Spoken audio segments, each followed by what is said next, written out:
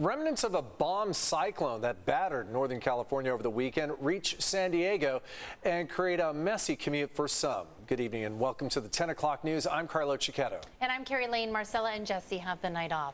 Tonight's storm created wet, windy, and sometimes wild driving conditions for San Diegans tonight.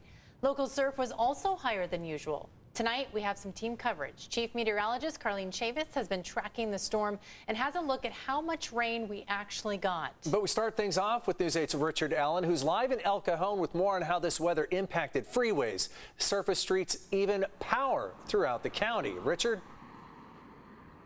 And Carrie and Carlo, the rain actually is still coming down right now. East County earlier today got pounded, and I don't know if you can see it, but there are some sprinkles right now. You can see the remnants, so with the soggy sidewalks and the slick roadways. And earlier this evening, this storm definitely made its mark throughout the county, especially during the drive home. Challenging, no one knows how to drive. It gets really rough.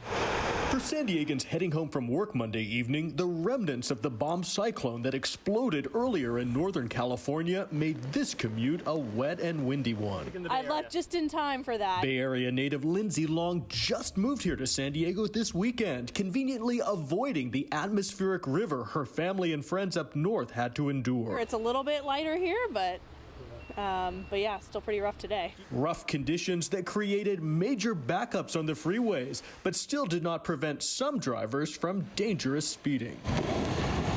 People drive stupid out here in the rain, because they don't ever have to deal with it. Glenn Wickman moved here from Tennessee and says San Diego drivers could use some lessons. They're about like Tennessee drivers when it snows. It's like the Indy 500 out there. Along with Monday's raging rain, which pelted our area from Oceanside to Ocean Beach to the East County, we also experienced high surf conditions, with waves in some instances over 8 feet, prompting the temporary shutdown of the Ocean Beach Pier as the risk of high currents lasts through early Wednesday.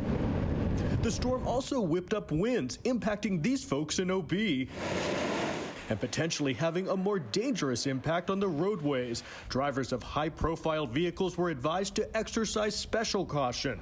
And with Monday's less than optimal driving conditions, commuters also had some words of advice for their fellow drivers sharing the roadways. No tailgating, no road rage. Respect rain, so I keep my distance. Just drive like normal. Don't freak out. Don't freak out, that's some good advice. Now, earlier this evening, over 8,000 households in San Diego lost power during the storm from Mission Bay and PB to OB and Point Loma. Thankfully, though, most of those households have had their power restored at this point.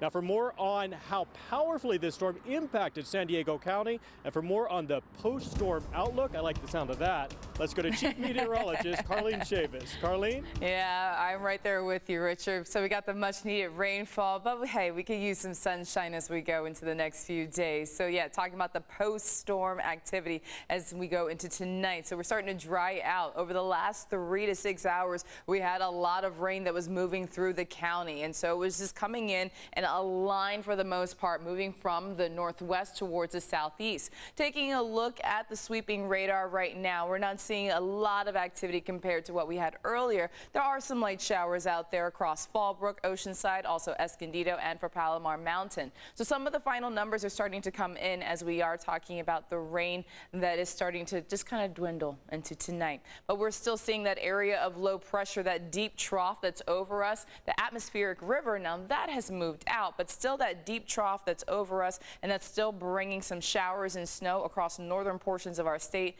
that have already dealt with quite a lot. An additional 4 feet could be in the works.